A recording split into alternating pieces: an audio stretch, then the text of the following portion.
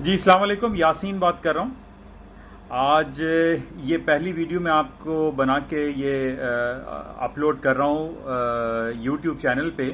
काफ़ी अरसे से लोग मुझे ये कह रहे थे कि आप जिस तरीके से व्हाट्सएप पे पूरी इंटरनेशनल फाइनेंशियल मार्केट के हवाले से जो लोगों को आगाही फराहम करते हैं, तो आप एक यूट्यूब चैनल बनाइए और उसके थ्रू जो है पूरी दुनिया में जो भी आपके सब्सक्राइबर हैं और उसके अलावा जो लोग हैं जो आपके जानने वाले हैं, उनको आप वाया यूट्यूब चैनल के थ्रू जो है ये तमाम इन्फॉर्मेशन प्रोवाइड करें तो वो ज़्यादा बेहतर होगा। तो ये आज मेरा पहला दिन है, मैं आज स्टार्ट ले रहा हूँ। उम्मीद है कि आप लोगों को पसंद भी आएगा और जिस तरीके से आप व्हाट्सएप पे मेरी जो कमेंट्री है वो सुनते हैं और तमाम डिफरेंट एनालिसिस को वॉच करते हैं और उसको प्रैक्टिकली अप्लाई करने की कोशिश भी करते हैं कि होपफुली कि मैं थ्रू दिस यूट्यूब चैनल के थ्रू आप लोगों को और बेहतर तौर पे सर्विसेज प्रोवाइड कर सकूं।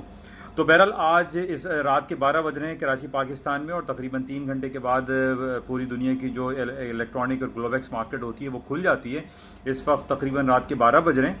आज सबसे इम्पॉर्टेंट इवेंट, जैसे मैंने आपसे ये कहा है कि हफ्ता और इतवार हम सिर्फ ये चेक करते हैं कि पूरी दुनिया में अक्रॉस द बोर्ड क्या हो रहा है और इस पूरी दुनिया की जो डिफरेंट जो ख़बरें होती हैं, जो सिलसिले होते हैं, उस पर मंडे की मार्केट ओपनिंग पे क्या इफ़ेक्ट आता है।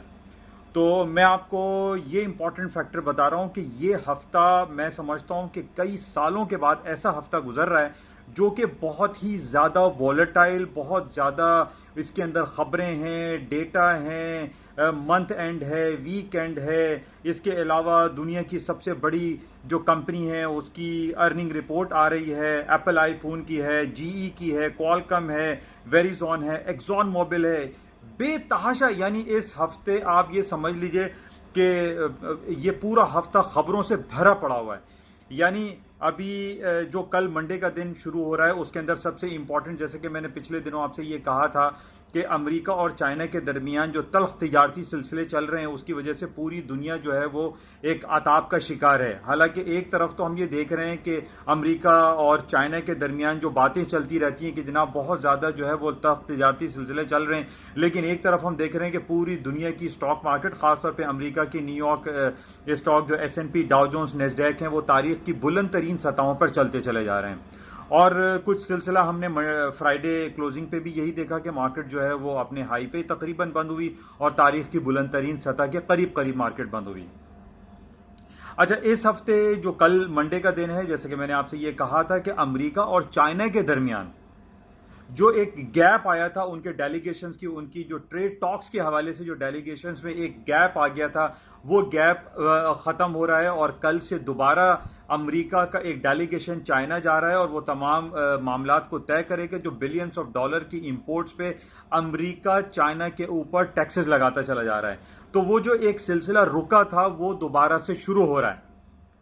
तो ये एक पॉजिटिव है, इस पे भी मार्केट हायर साइड पे जा सकती है। हालांकि मैं आपको काफ़ी अरसे से ये बयान करता चला आ रहा हूं कि मेरे पास कोई ऐसी नेगेटिव खबर मौजूद नहीं है जिसके बेसिस पे आपसे मैं ये कहूं कि अमेरिका की स्टॉक मार्केटें क्रैश का शिकार हो जाएंगी, या अमेरिका के अलावा जो यूरोपियन मार्केट है या एशियन मार्केट है। हम ये देख रहे हैं कि तारीख की बुलंद तरीन सतहों पर ये स्टॉक मार्केटें चलती चली जा रही हैं और ना रुकने का जो है वो इसने तहैया किया हुआ है। तो कल से जो पहला दिन मंडे से स्टार्ट हो रहा है, इसमें सबसे इंपॉर्टेंट जो है वो सिलसिला ये हो रहा है कि अमेरिका और चाइना के दरमियान दोबारा से मीटिंग शुरू हो रही है। ये एक पॉजिटिव इंपैक्ट छोड़ेगा और मार्केट हायर साइड पे जा सकती हैं, खुल भी सकती हैं और जा भी सकती हैं, क्योंकि हफ्ता और इतवार हमने ये देखा है कोई ऐसी नेगेटिविटी क्रिएट नहीं हुई कि हम ये कहें कि अमेरिका ने ईरान के खिलाफ कोई एक्शन लिया है, कोई फौजी ऑपरेशन किया है या ईरान के ऊपर मजीद पाबंदी लगाने की जो बात की है। तो बहरहाल हम ये देख रहे हैं कि अमेरिका और चाइना के दरमियान जो सिलसिले हैं वो तो बहुत गंभीर हो रहे हैं। अमेरिका ने काफ़ी पाबंदियां भी ईरान के ऊपर लगा रखी हैं और ईरान ने जो है एक तो ये कहा था कि हमने 17 जासूस जो अमेरिका के थे उनको उनका मर्डर कर दिया, उनको मार दिया, जो कि बड़ा नेगेटिव था। और ये कहा जा रहा था कि इस बेसिस पे गोल्ड की मार्केटें ऊपर जा सकती हैं, ऑयल की मार्केटें ऊपर जा सकती हैं, क्योंकि अमेरिका भी कोई फौजी ऑपरेशन ईरान के खिलाफ कर सकता है। तो ये बड़ा सीरियस मैटर था। लेकिन इसके बरक्स हम ये देख रहे हैं कि अमेरिका की स्टॉक मार्केटें जो है वो तारीख की बुलंद तरीन सतह के ऊपर ही तकरीबन चल रही हैं। अच्छा, इसके साथ कल ये पॉजिटिव खबर है कि अमेरिका और चाइना के दरमियान जो डेलीगेशंस की मीटिंग है वो दोबारा से शुरू हो जाएगी, ये एक पॉजिटिव है। अच्छा, कल के बाद जो ट्यूसडे को दिन आ रहा है वो दुनिया की सबसे पहली बड़ी कंपनी जिसने $1 ट्रिलियन के बेंचमार्क को टच किया, क्रॉस किया, दैट इज एप्पल आईफोन। उसकी अर्निंग रिपोर्ट है बरोज मंगल। अब हमें ये चेक करना है कि एप्पल आईफोन की रिपोर्ट अच्छी आ रही है या खराब आ रही है। लेकिन हमारे पास जो पिछले 15-20 दिनों से या एक महीने से आप कह लीजिए जो अमेरिका और चाइना के दरमियान जो तल्ख तिजारती सिलसिले चल रहे हैं, उसमें हमने पिछले दिनों ये देखा कि पूरी दुनिया में 2 वॉर चल रही हैं इस वक्त। एक एप्पल है जो अमेरिका की कंपनी है और एक हम चाइना की कंपनी देख रहे हैं, दैट इज हुआवी। हुआवी को पिछले दिनों अमेरिका ने जो है वो बैन कर दिया था, उसके ऊपर पाबंदी लगा दी थी कि जनाब अब हुआवी की प्रोडक्ट जो है अमेरिका में बेची नहीं जा सकती है, उसकी प्रोडक्ट है या सॉफ्टवेयर है वो आप बैन कर दिया जाएगा। तो ये बड़ा निगेटिव हुआ था। उसके रिटेलिएशन में जो है एप्पल के ऊपर भी पाबंदी चाइना ने लगाई कि चाइना में जो है एप्पल आईफोन नहीं बिकेगा, उसके सॉफ्टवेयर नहीं बिकेंगे।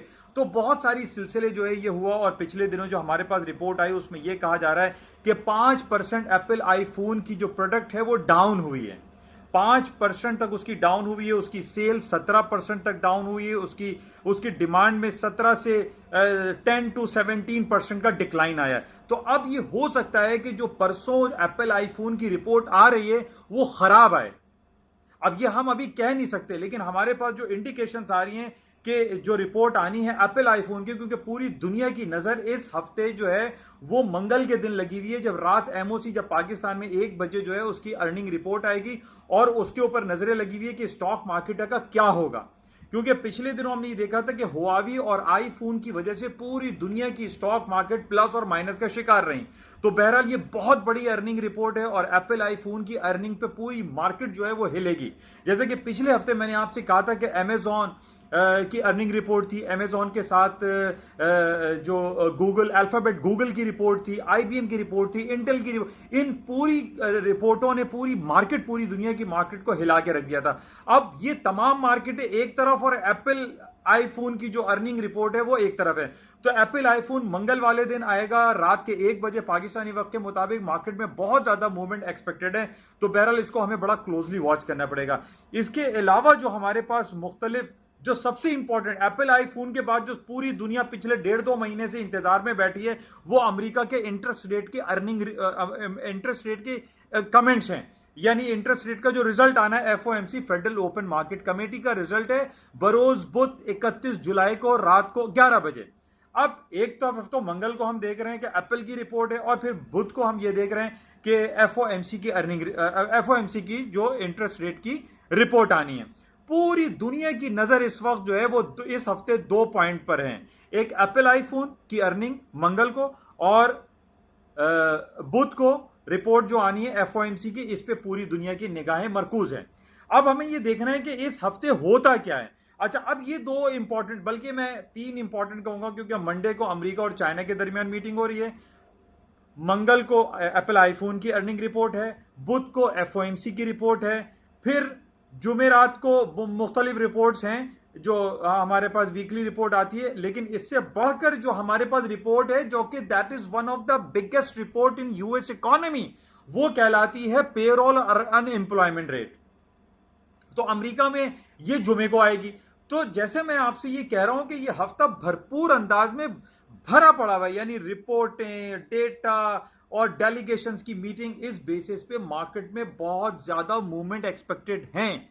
तो बहरहाल इसको हम देखेंगे। लेकिन जो सबसे ज्यादा इंपॉर्टेंट हमारे पास जो सिलसिले रहेंगे वो आप याद रखें, एक एप्पल आईफोन की रिपोर्ट और एफओएमसी की इंटरेस्ट रेट का रिजल्ट, जिसपे पूरी दुनिया की निगाहें मरकूज हैं। अच्छा, इसके अलावा अगर हम करेंसी मार्केट की बात करते हैं तो स्टर्लिंग के हवाले से हम ये देख रहे हैं कि पिछले कई महीनों का, मल्टी मंथ्स का इसने लो कर दिया। हालांकि इसी हफ्ते हमने देखा कि बोरिस जॉनसन जो है वो बरतानिया के वजीर आजम मुंतखब हो गए, कंजर्वेटिव पार्टी के लीडर वो मुंतखब हो गए और ये कहा जा रहा है कि ये ब्रेग्जिट करवा के ही छोड़ेंगे।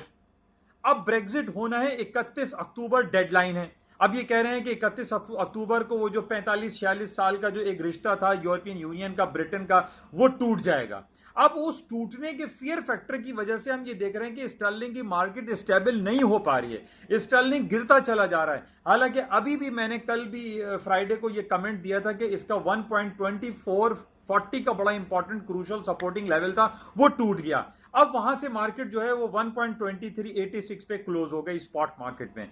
तो इसके अंदर फॉल मजीद दिखाई दे रहा है। मेरी सिर्फ रिकमेंडेशन आपको ये रहेगी कि 1.2440 का स्टॉप ऊपर के लगा के इसको शॉर्ट सेल करें, मार्केट में इसको बेचें।